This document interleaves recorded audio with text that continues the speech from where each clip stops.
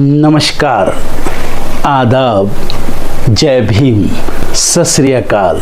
मैं हूँ माजिद सिद्दीकी और आप देख रहे हैं focus Hindustan news channel.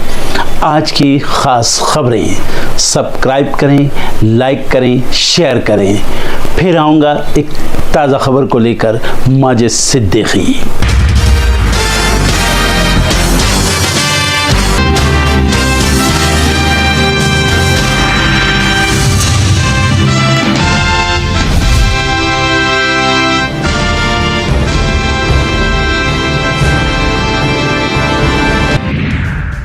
18वीं Lok Sabha का पहला सत्र आज से पीएम मोदी सहित सभी नवनिर्वाचित सांसदों की शपथ से होगी शुरुआत। संसद में दिखेगी विपक्ष की ताकत। इंडिया ब्लॉक के सांसद आज एक साथ संसद में एंट्री करेंगे। लोकसभा अध्यक्ष के चुनाव में बीजेपी को फ्री हैंड, विपक्ष के उपाध्यक्ष का पद कांग्रेस को देने की मांग। आज होगी नई आंध्र प्रदेश सरकार की पहली कैबिनेट बैठक। सीएम चंद्रबाबू नायडू ले सकते हैं कई बड़े फैसले। नीट गड़बड़ी को लेकर हाई लेवल मीटिंग करेगी केंद्र सरकार। एनटीए समेत कई मुद्दों पर होगी चर्चा। झारखंड विधानसभा चुनाव को लेकर कांग्रेस ने शुरू की तैयारी। दिल्ली में आज होगी पार्टी की बड़ी बैठक। राजस्थान के 88.44 लाख पेंशनर्स होंगे लाभान्वित। आज सीएम भजनलाल करेंगे घोषणा। आपत्तिजनक वीडियो मामले में सुनवाई आज। प्रज्वल रेवन्ना की बढ़ सकती है मुश्किलें। एसआईटी मांग सकती है और रिमांड। छत्तीसगढ़ के बहुचर्चित कोयला घोटाले मामले में सुनवाई आज। 3 आरोपितों की पुलिस रिमांड 24 जून तक बढ़ी थी। जेल भेजे गए 3 अन्य आरोपित। दिल्ली एनसीआर में उमस भरी गर्मी से मिलेगी राहत। यूपी बिहार समेत कई राज्यों में भी होगी बारिश। विदेश मंत्री एस जयशंकर द्वीपक्षीय वार्ता के लिए पहुंचे यूएई। अबुधाबी में हिंदू मंदिर का किया दौरा। रूस में चर्च और यहूदियों के धर्म स्थल पर देशद्रोही हमला, 7 की गई जान, 2 हमलावर हुए ढेर। अमेरिका में नहीं रुक रहा गोलीबारी की घटनाओं का सिलसिला। अब मोंटगोमरी में 600 राउंड हुई फायरिंग, दर्जनों घायल। गजा में खाना पानी के लिए जुटे फिलिस्तीनियों पर बमबारी। रफा में घुसे इजरायली टैंक। 37,600 के पार पहुंचा जान जाने वालों का आंकड़ा। रूस पर 5 यूक्रेनी मिसाइलों की बरसात। हमले में 3 लोगों की गई जान, 100 घायल। जीएसटी करदाताओं को बड़ी राहत। रिटर्न में अब कर सकेंगे संशोधन। एक्सपर्ट्स ने भी की फैसले की तारीफ। सेंसेक्स में 300 अंक से ज्यादा की गिरावट। 76,900 के स्तर पर कर रहा कारोबार। निफ्टी भी 100 अंक से ज्यादा टूटा। 20 रुपए तक घट जाएगी तेल की कीमतें। जीएसटी के दायरे में लाने पर विचार कर रही केंद्र सरकार। अब 180 दिनों तक मातृत्व अवकाश। सरोगेसी से जुड़े नियमों में केंद्र सरकार ने किया संशोधन। पिता को भी 15 दिन छुट्टी। 7 साल में 66.65 करोड़ रुपए बढ़ी काशी विश्वनाथ मंदिर की आय। कॉरिडोर बनने के बाद हुआ इजाफा।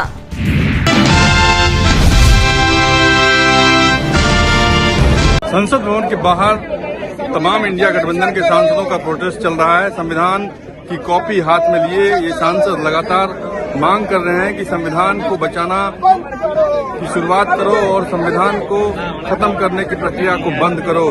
और जिस तरीके से तमाम कांग्रेस पार्टी के नेता, सोनिया गांधी हो, राहुल गांधी हो, मल्लिकार्जुन खड़गे हो, इंडिया गठबंधन के तमाम नेता, टीएमसी के नेता हों, टीआर बालू हों, डीएमके के नेता हों, सभी नेता आज मौजूद हैं। और 18वीं लोकसभा का पहला दिन है और पहले दिन ही जिस तरीके का नजारा देखने को मिल रहा है उससे बिल्कुल साफ है कि आने वाले समय में एक बार फिर सत्ता पक्ष और विपक्ष के बीच टकराव देखने को मिल सकती है। और जिस तरीके से सरकार की लगातार कोशिश है, सरकार चाहती है कि विपक्ष पूरी तरीके से कोऑपरेट करे, सदन की कार्रवाई चलने में कोऑपरेट करे, लेकिन विपक्ष के तेवर को देखकर लगता है कि विपक्ष मानने को तैयार नहीं।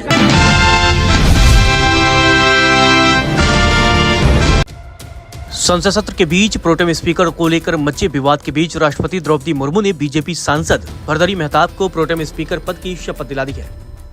इससे पहले कांग्रेस लगातार भर्तृहरि मेहताब को प्रोटेम स्पीकर बनाए जाने का विरोध करती रही है। कांग्रेस ने आरोप लगाया था कि बीजेपी संसदीय परंपरा को खत्म कर रही है। कांग्रेस पार्टी का कहना था कि 8 बार के सांसद के सुरेश को प्रोटेम स्पीकर बनाया जाना चाहिए था, लेकिन उनकी जगह भर्तृहरि मेहताब को यह जिम्मेदारी देना सरासर गलत है।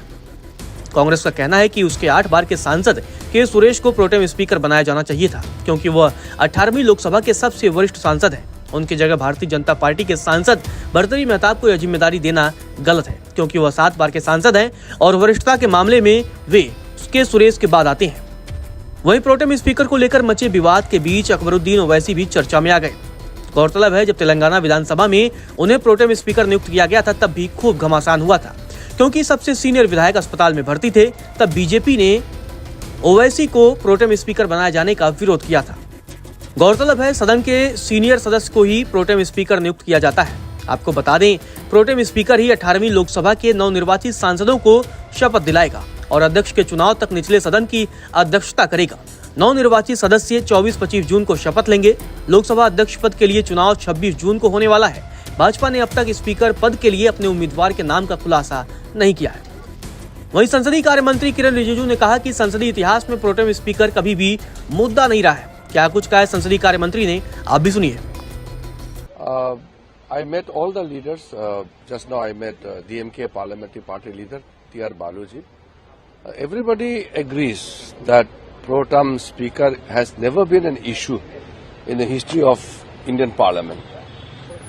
And the appointment of pro tem speaker is a job basically which is already assigned to give oath to the newly elected members and in facilitating the election of the new speaker. That's all. It is not a post to transact business or any other things. But the opposition is trying to politicize this issue. They are trying to politicize it. They say they will be protesting. Lok Sabha speaker बनाया गया है, इस बार होगा, इतिहास दोहराया जाएगा इस बार। देखिए, सबसे पहले तो जो ट्रेडिशन है, नियम है, उसी में हम लोग बांधे हुए हैं और ट्रेडिशन से चलेंगे। इसलिए जब आप इतिहास खोल के देखेंगे तो आप मिलेंगे कि मोदी जी का सरकार और हम लोगों का जो पार्टी का रवैया है, हमेशा संविधान और नियम उसी के तहत हम लोग काम करते हैं और उसी में हम लोग बंधे हुए हैं।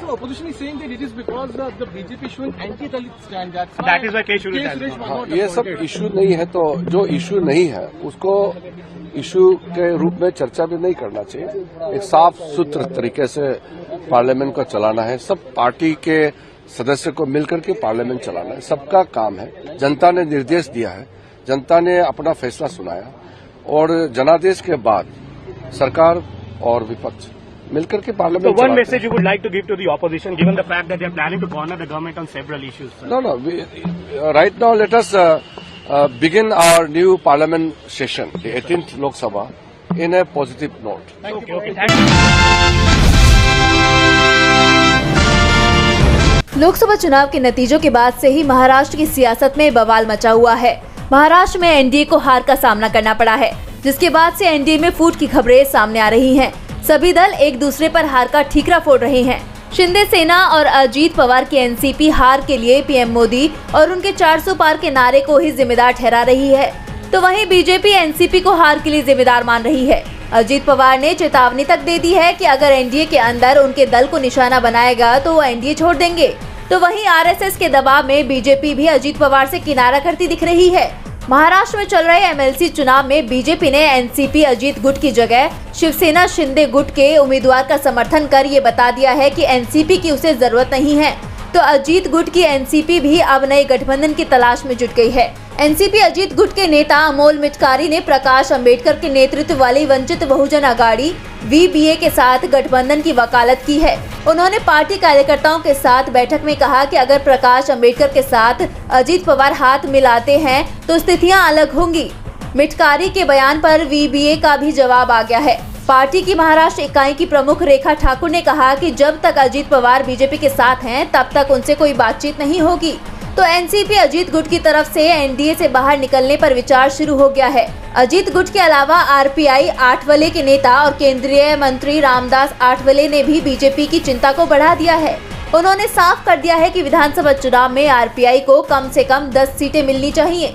आठवले ने भी संकेत दिए हैं कि अगर उनकी मांग नहीं मानी गई तो वो सख्त फैसला ले सकते हैं। मोदी सरकार शुरुआत से ही देश भर में विकास को लेकर बड़े बड़े दावे करती रही है।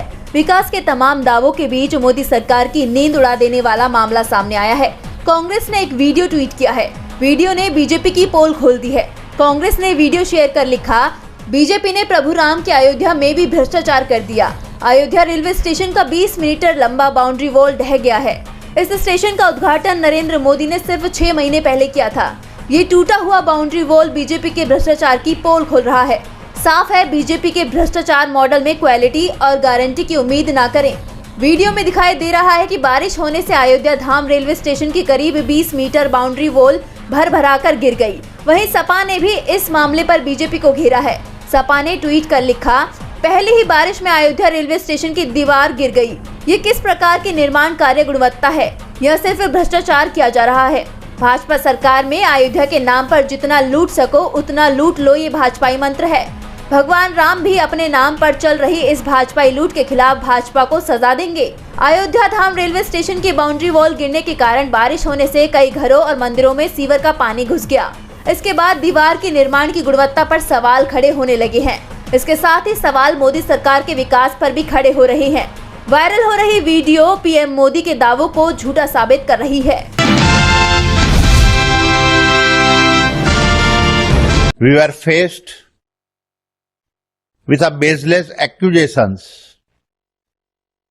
made by a foreign short seller that questioned our decades of hard work. In the face of an unprecedented attack on our integrity and reputations, we fought back and proved that no challenge could weaken the foundations on which your group has been established. These foundations happen to be our three core values: courage to withstand, trust in our capabilities, and commitment to our purpose. These values were established in 2012 and have continued to become more relevant with every passing year. My dear shareholders, typical short sellers target gains from a financial markets. This was different. It was a two-sided attack, a vague criticism of our financial standing, and at the same time, an information distortions campaign dragging us into a political battlefield. The attack was a calculated strike 2 days before the closing of our follow-on public offer, amplified by a segment of vested media. It was designed to defame us, do maximum damage, and erode our hard-earned market value.